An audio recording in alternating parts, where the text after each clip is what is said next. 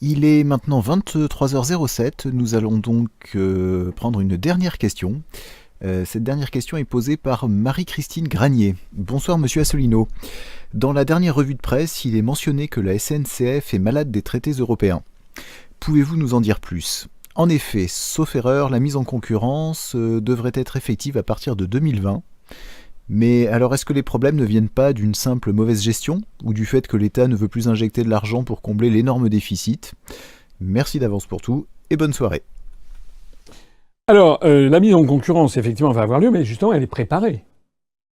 Les dirigeants, Guillaume Pépi, qui était à la tête de la SNCF en premier, préparent la concurrence imposée par les traités européens. Donc, c'est dans la perspective de cette concurrence qu'il y a une espèce de course à la rentabilité permanente. Ça, c'est le premier point. Deuxièmement, il y a cette espèce de procès d'intention permanent qui vient de Bruxelles sur les services publics.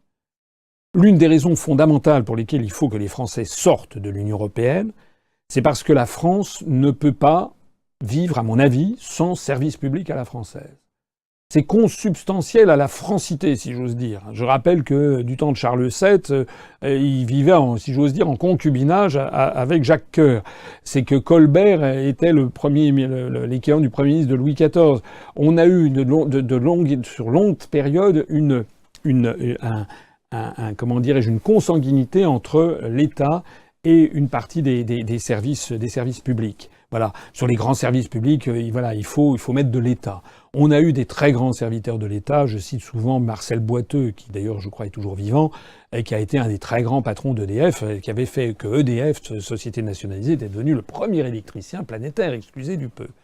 Alors c'est vrai que depuis maintenant une vingtaine d'années, c'est haro contre tout ce qui est entreprise nationale, et on est en train d'avoir une espèce de désintégration des entreprises publiques. C'est à se demander parfois d'ailleurs si ça n'est pas volontaire. Moi, je vois que la Banque Postale, les services de la Banque Postale, c'est absolument scandaleux, la façon dont la Banque Postale organise ses services. On se demande si ce n'est pas du sabotage. Nous sommes à la Banque Postale, nous allons d'ailleurs changer de banque, parce que après plusieurs années, ça n'est plus possible d'avoir un aussi mauvais service que celui de la Banque Postale. C'est nouveau. Et la SNCF, maintenant, on a l'impression qu'effectivement, il y a une espèce de volonté de torpiller la SNCF. Je ne comprends pas. Je ne comprends pas ce qui se passe non plus. Comment se fait-il que l'on avait un service, du service des chemins de fer français qui marchait à la seconde près et qui maintenant, il y a pratiquement très souvent sur les lignes du TGV vers la Bretagne, il y a des retards maintenant qui se chiffrent en 2 entières, etc. D'ailleurs, c'est le tout TGV. D'ailleurs, on n'a jamais demandé aux Français s'ils étaient d'accord. Est-ce que les Français sont d'accord pour que ce soit le tout TGV ? Est-ce que les Français sont d'accord pour que ce soit l'abandon des trains intercités ? Non, on leur a jamais demandé leur avis. D'ailleurs, de façon générale, et c'est un troisième élément, ce sont les restrictions budgétaires continuelles exigées par Bruxelles et exigées par notre appartenance à l'euro qui font que dans tous les domaines, on serre la vis. On serre la vis sur les routes. On n'a plus les moyens d'entretenir les routes. C'est d'ailleurs une des raisons secrètes pour lesquelles le gouvernement fait passer de 90 à 80 km/h la vitesse maximum, c'est que il y a aussi une directive européenne qui exige que, à terme de je ne sais pas quoi, il y ait des protections sur les routes. Mais en fonction de la vitesse maximum autorisée, on n'a pas les moyens. Il se trouve qu'en France, on a 1 million de kilomètres de routes, alors qu'il y en a 600 000 kilomètres en Allemagne, qui a pourtant 20% de population supplémentaire. Mais le territoire allemand est plus petit que le territoire français. Donc nous, on a 400 000 kilomètres de routes supplémentaires par rapport à l'Allemagne. Et à cause des restrictions budgétaires, parce que nous avons une monnaie trop forte qui est l'euro, nous sommes en permanence en train de couper les vivres au système des routes françaises. Les routes françaises sont en pleine dégradation parce que nous ne mettons pas assez d'argent. Les voies de chemin de fer, c'est pareil.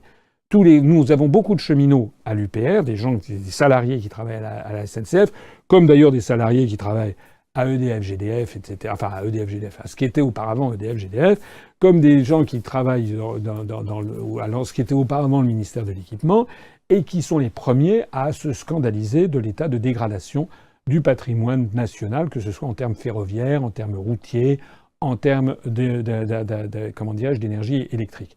Donc, l'une des vertus de sortir de l'Union européenne, l'une des vertus de sortir de l'euro ne cesse de nous appauvrir et d'enrichir les Allemands.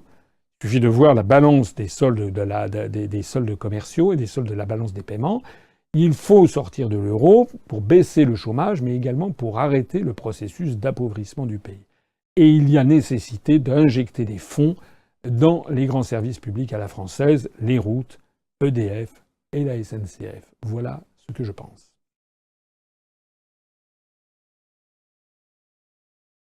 Je ne dis pas un mot ?